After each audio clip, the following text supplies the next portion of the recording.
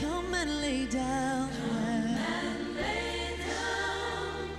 All of the burdens you have carried. For in this sanctuary, oh, yeah.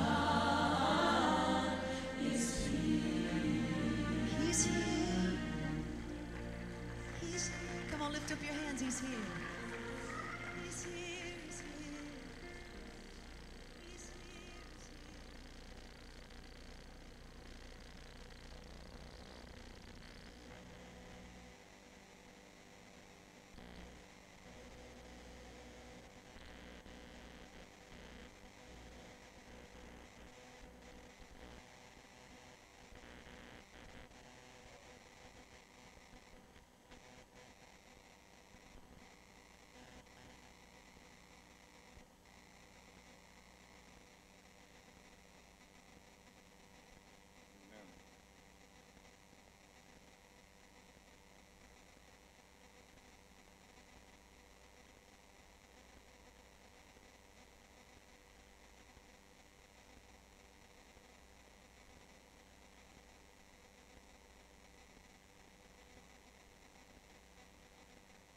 Good morning, Burlington. I want to thank you for inviting me to worship here with you today. I had to make a decision this week when your first elder asked me to speak, whether I'm going to come or not to come. My wife has had a surgery, and I would have normally be home today with her. But I said, you know what? I am going to come and be blessed with worshiping with you today.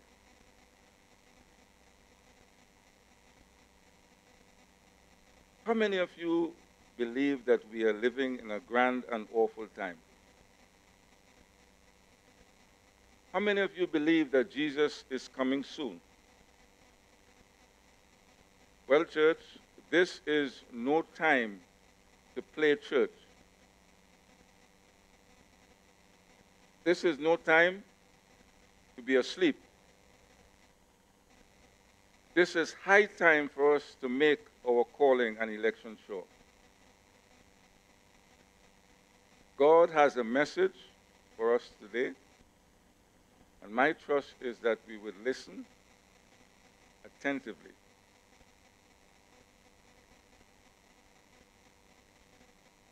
There is a message, the final message, the last day message that God has for his people.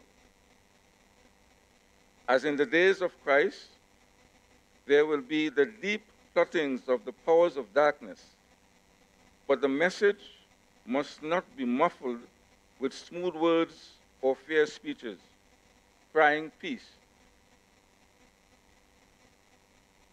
His people. Jesus told his disciples, other sheep have I that do not belong to this fold, which is, there are other members right now that are worshiping in the other Protestant churches that are not members of Burlington Seventh Adventist Church. And God has called you and me today to take up the challenge, to take this message to those who are not of this fold.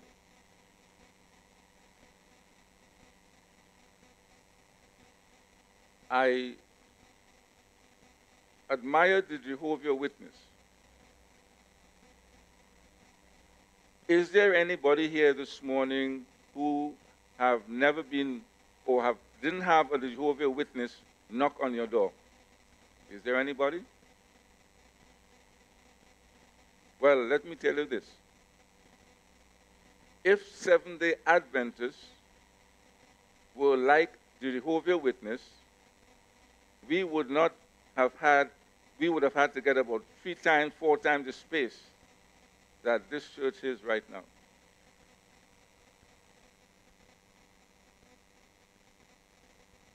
The Muslims, I like the way they pray. 3 times a day. Whatever they're doing, they drop their tools they cease to work, and they go and pray.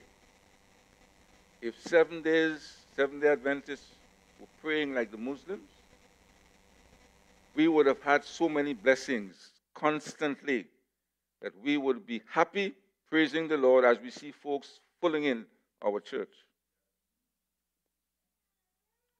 But you know, God has given us a message, the three angels' message, that we don't have to fear, because if we were to take the three angels' message and run with it, I believe that Jesus would come sooner.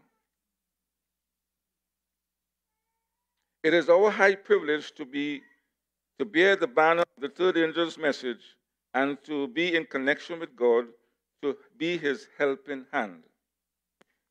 The three angels' message represent the people who accept the light of God's message and are willing to go forth as his agents to sound the alarm throughout the length and breadth of this world. The 14th chapter of Revelation, there are three angels who are giving a final warning message to the world just before Jesus comes. And it is our duty and the people who we are carrying the message to make that decision whether they're going to worship God or they're going to worship the beast.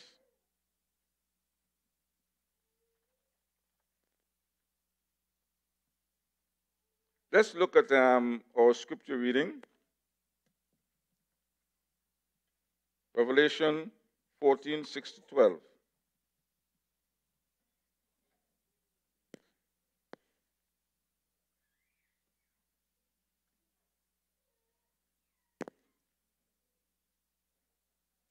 If you find it, just say yes. Let's go. And I saw another angel flying in the midst of heaven, having the everlasting gospel to preach unto them that dwell on the earth, and to every nation, kindred, tongue, and people, saying with a loud voice, fear God and give glory to him. This is important, for the hour of his judgment is come. Remember this. For the hour of his judgment is come. And worship him that made heaven and earth, the sea and the fountains of waters. And there followed another angel saying, Babylon is fallen. Babylon is fallen. That great city, because she had made all nations drink of the wine of the wrath of her fornication. And the third angel followed them, saying with a loud voice, if any man worship the beast and his image, and receive his mark in the forehead or in his hand, the same shall drink of the wine of the wrath of God, which is poured out without mixture into the cup of his indignation. And he shall be tormented with fire and brimstone in the presence of the holy angels and in the presence of the Lamb. And the smoke of their torment ascended up forever and ever. And they have no rest day or night, who worship the beast and his image. Who worship the beast and his image. They would be lost. And whosoever received the mark of his name, here is the patience of the saints, those who would be saved. Worship the beast and his image, and you're lost. And if you keep the commandments of God and the testimony of Jesus, you are saved. Two classes. Let us take a look at the message from the first angels. There are three phases of judgment. There is a text that says it is appointed unto man once, I think it's once to die, and after this the judgment. So judgment is coming for sure. All right? Judgment is coming for sure. There are three types of judgment. One, the investigative judgment, and you wouldn't find this word in the Bible.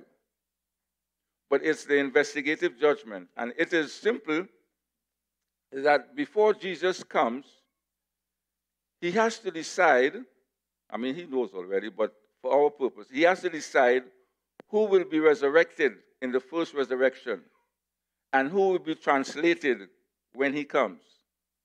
So that judgment is known as the investigative judgment. And of course, you know that those of us who make it into the kingdom, and I hope all of us would, we would have the privilege in judging what? Angels, right? We would be judging angels in heaven during the 1,000 years that we will be there. Angels. And after this, we are told that the last of the judgment would be the executive judgment, executive judgment, where all the people who have wickedly, that's the three judgments. Notice that Daniel 7, 9, and 10 says, I beheld till the thrones were cast down, and the Ancient of Days did sit. 1,000 ministered unto him, and 10,000 times 10,000 stood before him. The judgment was set, and the books were opened.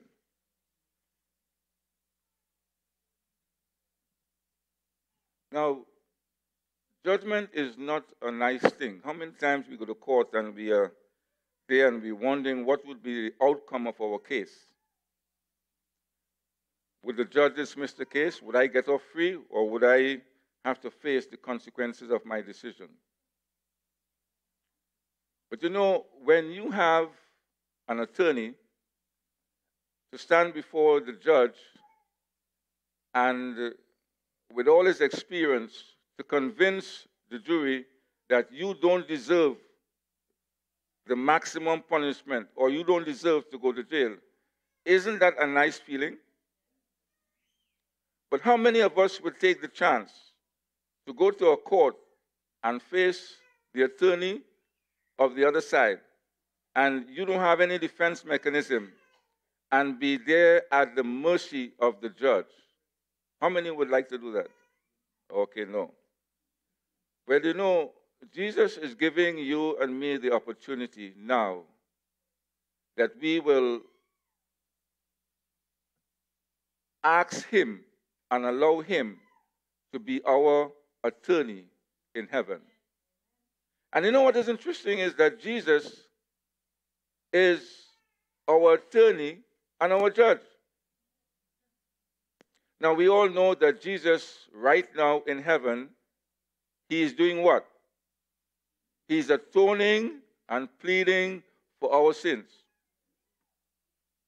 And we know that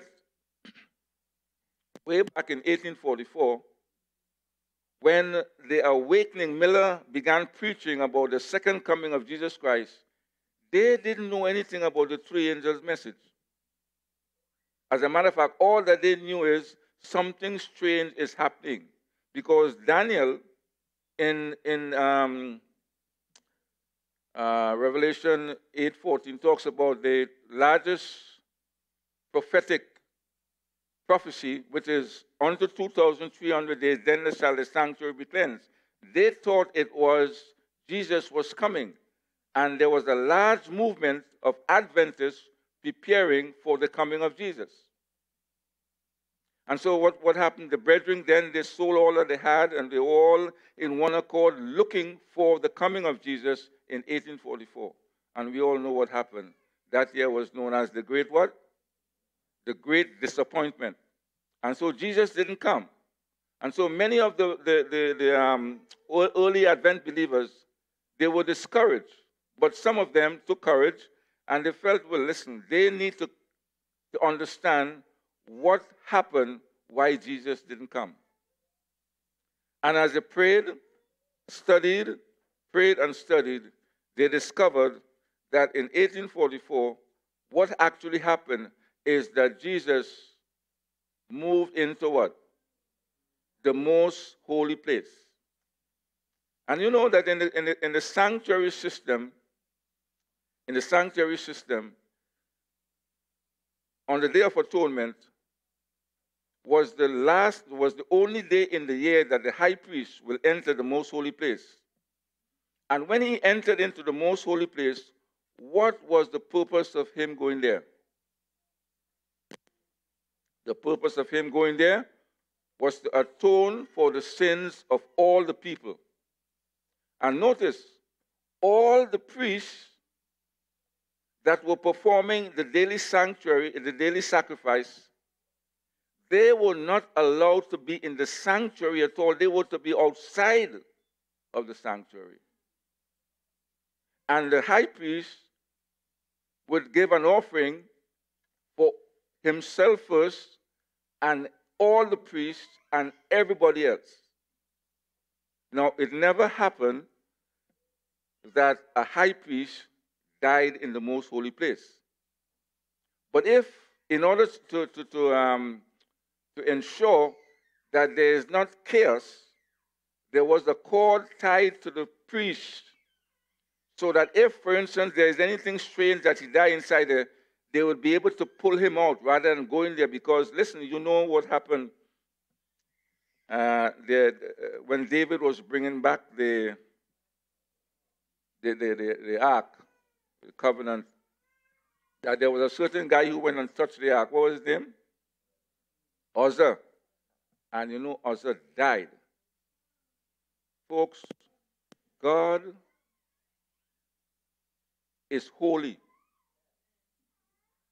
And anything that surrounds Jesus is holy.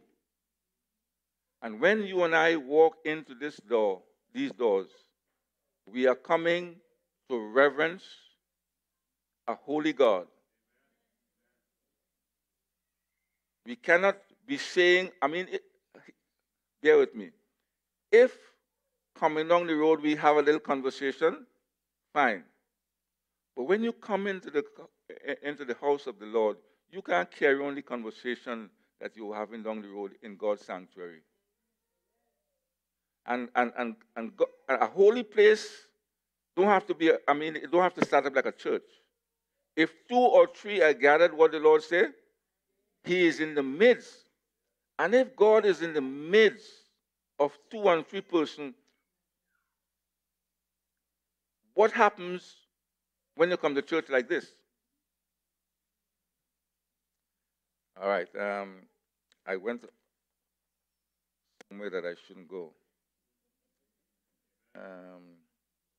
The second angel's message. And there followed another angel saying, Babylon is fallen, that great city, because she had made all nations drink of the wine of the wrath of her fornication. At the time of the fall of Babylon, we all know that what happened to the Medes and the Persians. We are told how Belshazzar and his court defied the true God. Now, you know, when you are in a position of authority, you are tempted to do things, wrong things, and get away with it. So Belshazzar, what he did is he took the holy vessels from the temple and he brought it into his palace, and with his friends and family and his cohort and everybody else, they drank in the holy vessels. And you know what happened after they were having a good time drinking and partying.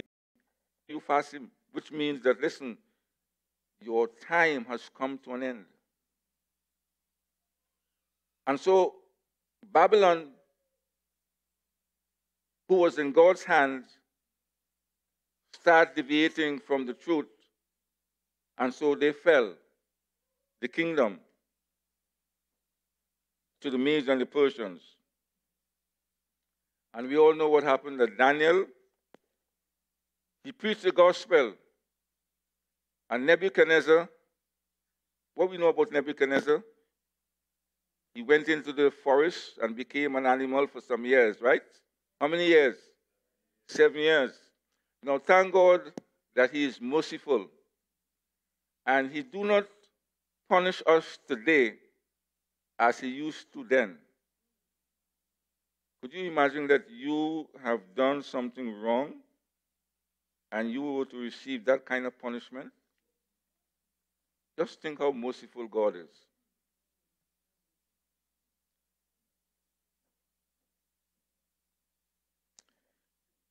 These messages fit together into a threefold message. And the third angel followed them, saying in a loud voice, if any man worship the beast and his image, and receive his mark in his forehead or in his hand, the same shall drink of the wine of the wrath of God, which is poured out without mixture into the cup of his indignation.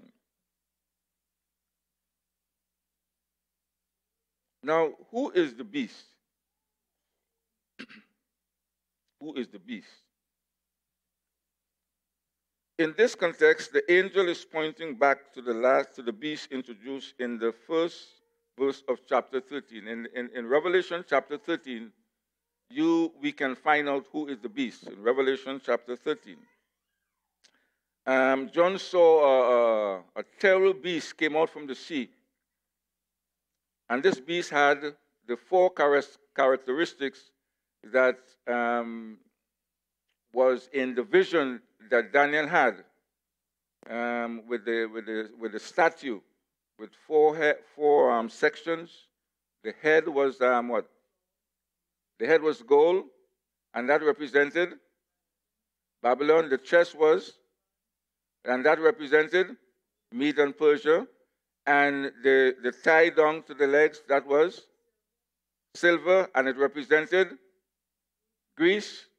And then the last section was iron and clay mixed together, represented Rome. Right. It says here,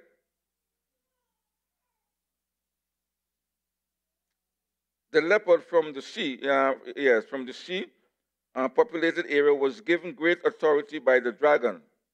And who is the dragon? Satan, that old serpent, Lucifer. He was cast out from heaven. Right? Received a mortal wound. That's the Rome received a mortal wound. And that little horn. And she reigned for 1,260 years. She made war with the saints. You know how many Christians died in the stakes for their faith? And let me say this, brethren, the time is coming now when many of our brothers and sisters here will succumb to avoid losing their lives. They will bow to the beast and worship the beast, even though they know that God is true and God is coming back for pure people. They will give in. They will be our worst enemies, our brothers and sisters in the church. A man's greatest foe are those of his household. They would not be able to buy or sell. Just imagine that. You would not be able to buy or sell because you accept the mark of the beast. And it is simple. When the Sunday law is passed,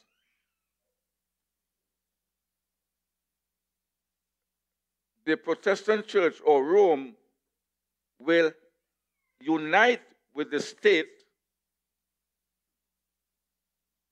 to persecute those who fail to carry out the law, the Sunday law, which is worshiping on Sunday.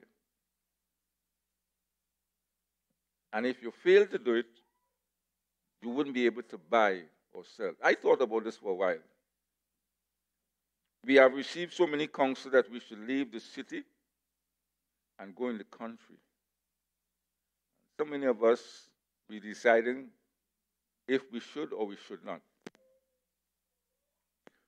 But when the persecution starts, whether we like it or not, we'll be forced to leave the city. And so we all take our cars, like the people in the Caribbean, the natural disasters, take their car and they're going, and gas, somewhere along the roadside, the gas finished. And you can't buy, and they wouldn't sell you gas. So you're wondering with you and your family what you're going to do. So you start to walk. The car had a lot of stuff in it, but you can't carry that. So you've got to leave, take the necessities, and you've got to start to walk. And somewhere along the roadside, because they're looking for you too, Don't think you're going. they're looking for all those who are escaping because they would be responsible for the natural disasters that will be taking place.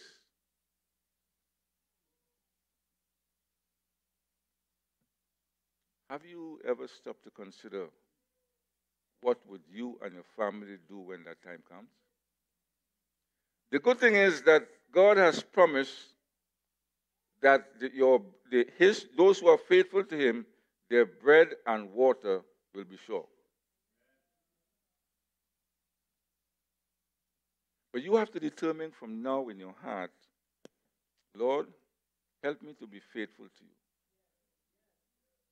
Don't wait until the Sunday law pass and then you start to be religious and righteous and serving the Lord. Now is the time that you need to ask him, Jesus, be my pilot, be my guide, be my attorney, and be my defense.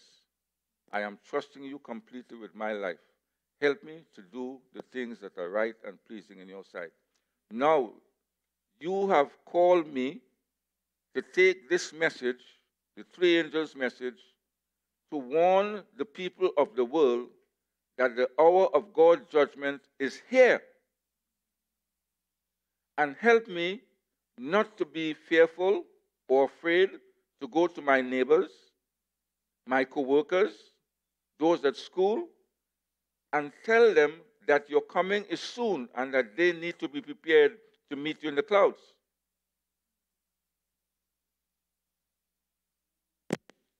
Worshipping the beast will cause the death of many who are not grounded in the truth. What challenge is made by those who worship the beast? And they worship the dragon which gave power unto the beast.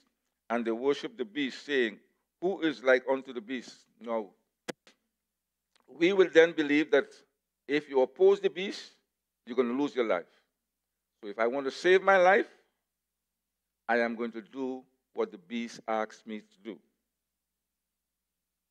Let no man deceive you by any means, for that day shall not come, except there come a falling away first, and that the man of sin be revealed, the son of perdition, who opposeth and exalted himself above all that is God, or that is worshipped, so that he is God, sitteth in the temple of God, showing himself that he is God. Now, it was the devil's plan from the day he was kicked out from heaven to deceive our parents, Adam and Eve. And you know, the Protestant churches ask, do you think, or people ask, do you think God is going to destroy a people, a nation, a church because of just eating an apple? Or just keeping Sunday instead of Saturday? God is merciful. God is not that unjust God. But my friends, the devil has not only 6,000 years, but all those years that he had in heaven, the experience. God did not take away his knowledge, his wisdom, etc. when he came down on planet Earth. And so he has developed the expertise now of deception. And you and I, for a couple of days, we're on planet Earth, we feel that we can outsmart the devil. Don't be foolish. He has a wealth of experience. He knows all your soft spots, exactly when to touch it and how to touch it, to get you and me to respond to doing the things that he wanted. And so it was his plan that he wanted the angels in heaven to worship him. As a matter of fact, God and Jesus probably pleaded with him, listen, you're going on the wrong track. Cease what you're doing. And so he wasn't satisfied. He continued his rebellion until Jesus kicked him out. And he came on planet Earth, and he is determined to make sure that none of us make it into the kingdom. But you and I have to tell him, get thee behind me, Satan. And don't go looking for him when you get behind him.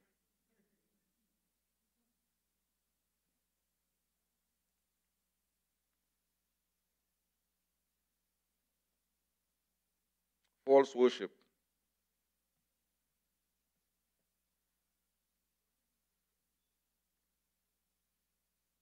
And he had power to give life unto the image of the beast, and the image of the beast should both speak and cause that as many as would not worship the image or the beast should be killed.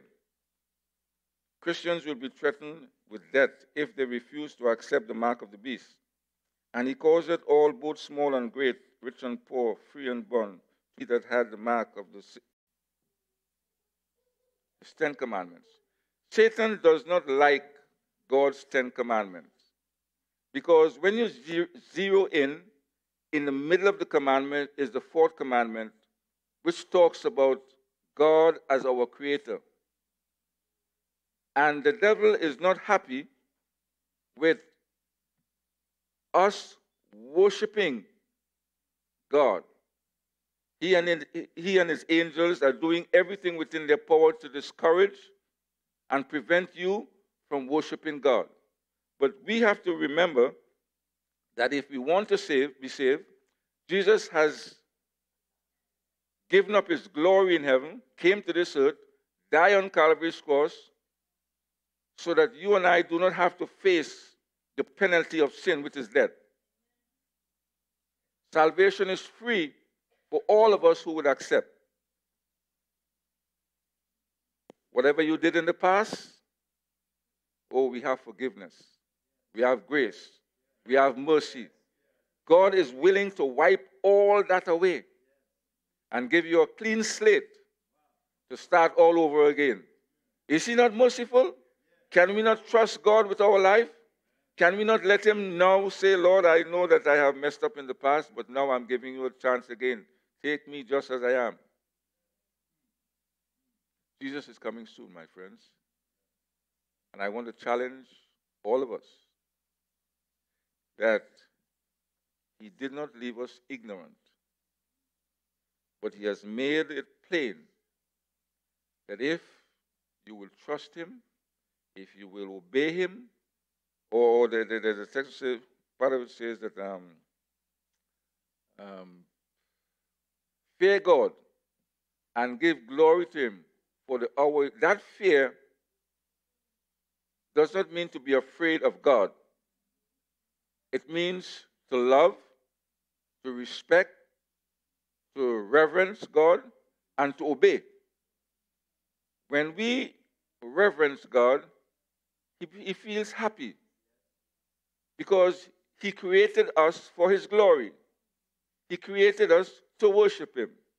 And so when we do that, God is happy with us, and he says, you know what, I can trust this brother and that sister to be with me in heaven. How many of you would like to receive an endorsement now that salvation, that you are saved? Home.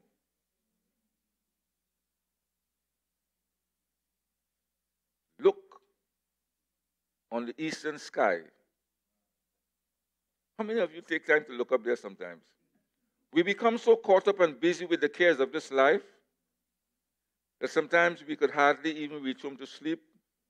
And we reach home and we take a nap, we could hardly get up in the night, in the morning to go to work. We are so busy. But let us consider the natural disasters that left the Caribbean deserted. And let us take the privilege that we have now, the few days we have in our hands, to prepare to meet our King. Jesus is coming soon, and my prayer is that all of us would be ready when he comes.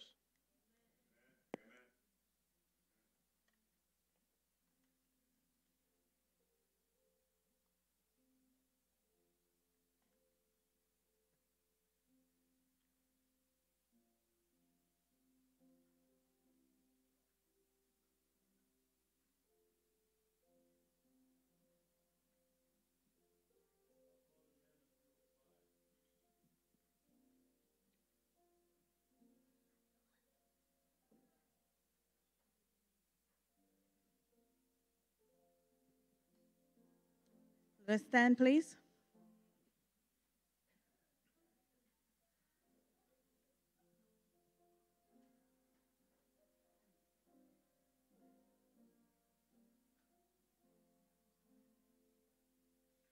The golden morning is fast approaching. Jesus soon will come to take his faithful and happy children to their promised home.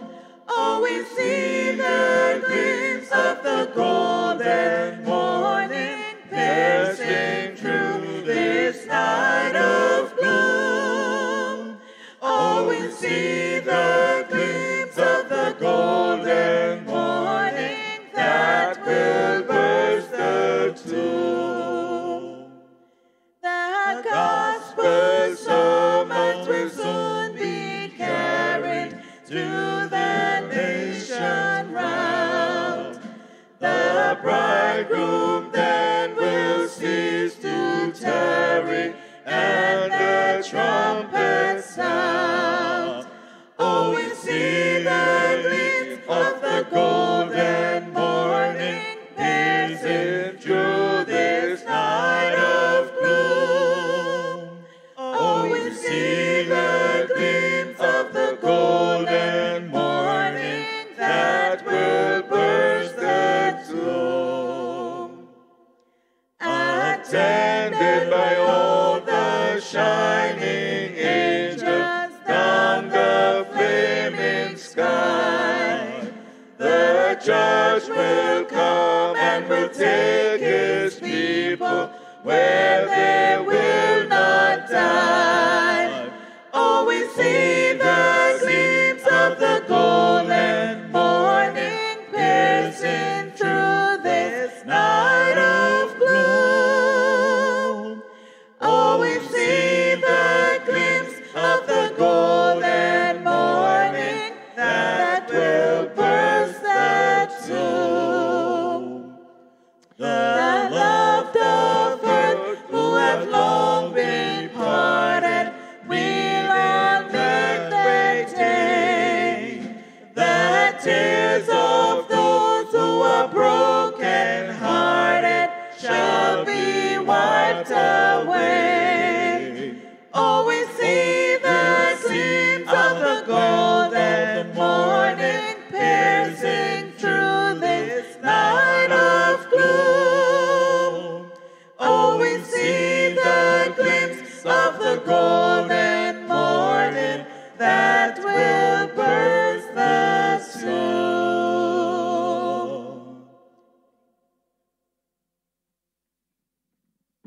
Father God, we thank you for allowing us to fellowship and worship today. We thank you for the message and ask that you will help us as we look forward to the golden morning that is fast approaching. Help us to be ready. Help us to make our calling and election sure. And save us in your kingdom, we pray. In Jesus' name, amen.